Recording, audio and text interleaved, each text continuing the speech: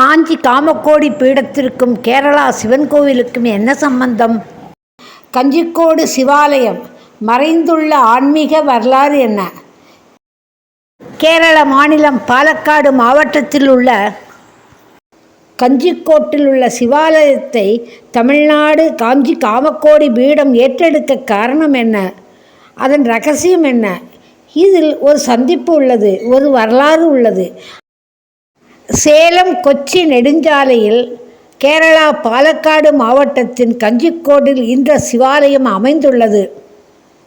அற்புதமான ஒரு ஆலயம். நெடுஞ்சாலையிலிருந்து பார்க்கும்போதே கண்ணுக்கு குளிர்ச்சியாக மரங்கள் அடர்ந்து அழகாக காட்சியளிக்கிறது. இந்த கஞ்சிக்கோடு சிவன் கோவிலை நான் தொழ வந்தபோது எனக்கு 3 சந்தேகங்கள் எழுந்தன. இந்த சிவன் கோவிலுக்கும் காஞ்சியில் உள்ள காமக்கோடி பீடம் மகாபெரியவாளுக்கும் என்ன சம்பந்தம்? இரண்டாவதாக, இந்த கோவிலின் ஒரு தெற்கே மூலையில் ஒரு மகாவிஷ்ணுவின் சிறிய கோவில் உள்ளதே, அதற்கு காரணம் என்ன? மூன்றாவதாக, இங்கு பிராமண வைதீக முறைப்படி பூஜைகள் நடைபெறுகின்றனவே, இதற்கு என்ன சம்பந்தம் என்றெல்லாம் எழுந்தது. இந்த கோவிலை சுற்றி தொழுதபடியே நாம் இந்த காரணங்களை ஆராயலாம். வாருங்கள். மூலவர் சன்னதியை படம் எடுக்க அனுமதி இல்லை. கேரளா கஞ்சிக்கோடு பகுதி ஒரு காலத்தில் தமிழ்நாடு கேரளா கலாச்சார பாலமாக விளங்கியது.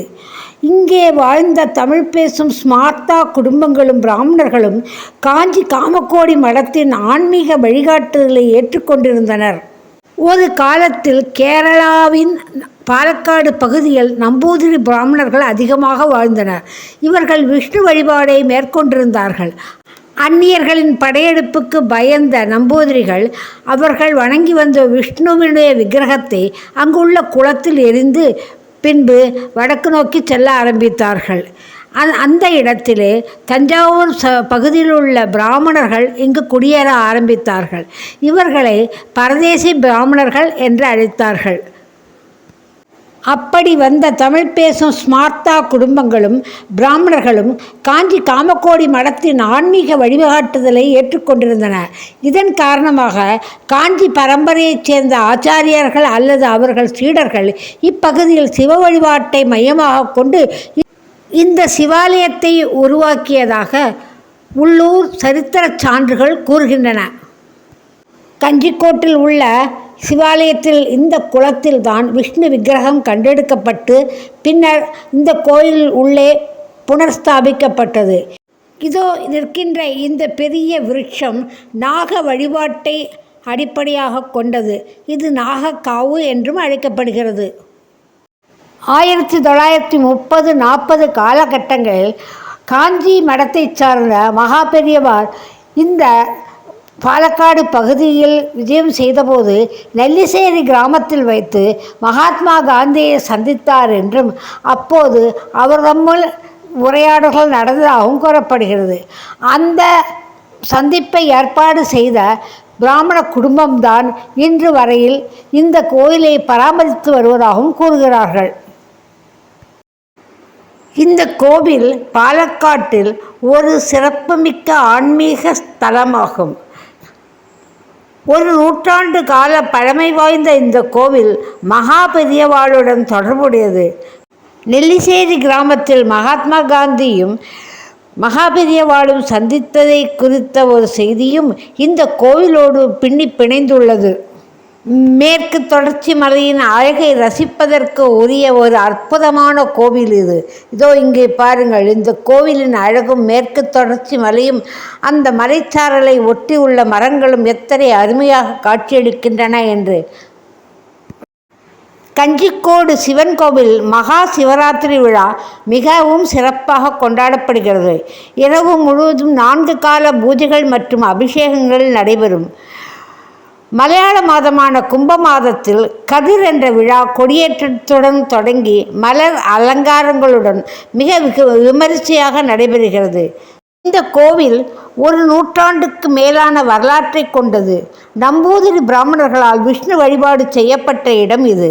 மேலும் நாக பிரதிஷ்டை வழிபாடும் இங்கு நடைபெறுகிறது. கேரள கலாச்சாரத்தின்படி தைலம், சந்தனம், மலர் அலங்காரத்துடன் சிவபெருமான் வழிபடப்படுகிறார். சிவன் கோவிலில் உள் நுழைந்து இறைவனை கொடிமரத்தின் முன்பு இருந்து தரிசித்துவிட்டு இடதுகைப்புறம் வலம் வரும்போது அங்கு ஒரு அரச மரத்தடியில் நாகலிங்க பிரதிஷ்டைகள் உள்ளன. அதன் அடுத்து ஒரு அழகிய குளமும் உள்ளது. அங்கு ஒரு அழகிய சிறிய பூந்தோட்டமும் அமைக்கப்பட்டுள்ளது. கேரள பாணியில் விழா காலங்களில் வெளிப்புற மதிலை சுற்றும் விளக்கு ஏற்றுவதற்காக லட்சக்கணக்கான விளக்குகள் அங்கு பொருத்தப்பட்டுள்ளன. மேலும் வெளிப்பிரகாரத்தை சுற்றிலும் ஒரு அழகிய நடைபாதை உள்ளது. அதன் மேல் கூரை வேயப்பட்டு மக்கள் வெயிலும் மழையும் கொள்ளாதவாறு நடந்து சென்று இறைவனை தரிசிப்பதற்கும் ஏதுவாக உள்ளது. சிவராத்திரி சமயத்திலும் மற்ற விழாக்காலங்களிலும் கோவிலில் சுற்றிலும் எண்ணெய் விளக்குகளும் மின்சார விளக்குகளும் ஏற்றப்பட்டு கோவில் ஒளிமயமாக ஜொலிக்கிறது. இடதுகை புறமாக வலம் வரும்போது அங்கு விஷ்ணுவை தரிசித்துவிட்டு அதன் பிறகு சுப்பிரமணியனை தரிசிக்கலாம்.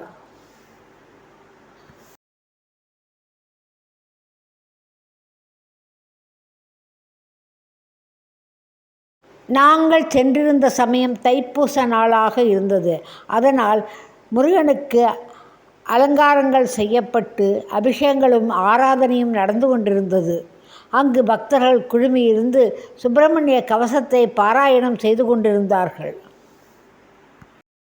முருகப்பெருமானின் முன்னில் மயில் வாகனம் இருப்பதை பாருங்கள். கோவிலின் வலது பாகத்தில் ஒரு நவக்கிரகங்களுக்கான ஒரு சிறிய கோவிலும் உள்ளது. அந்த கோவிலை இருந்து பார்க்கும்போது நேஷனல் ஹைவேவில் வண்டிகளும் கார்களும் விரைந்து செல்வதை காண முடிகிறது. இது ஒரு அற்புத காட்சியாக தெரிந்தது.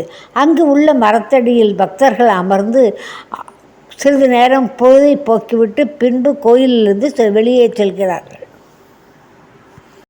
சமீப காலங்களில் உள்ளூர் காஞ்சி மரபை பின்பற்றும் கோவில் குழு மற்றும் உள்ளூர் பஞ்சாயத்து உதவியுடன் கோவில் வளாகம் மற்றும் கோவில் குளம் உட்பட புனரமைப்பு பணிகள் மேற்கொள்ளப்பட்டுள்ளன.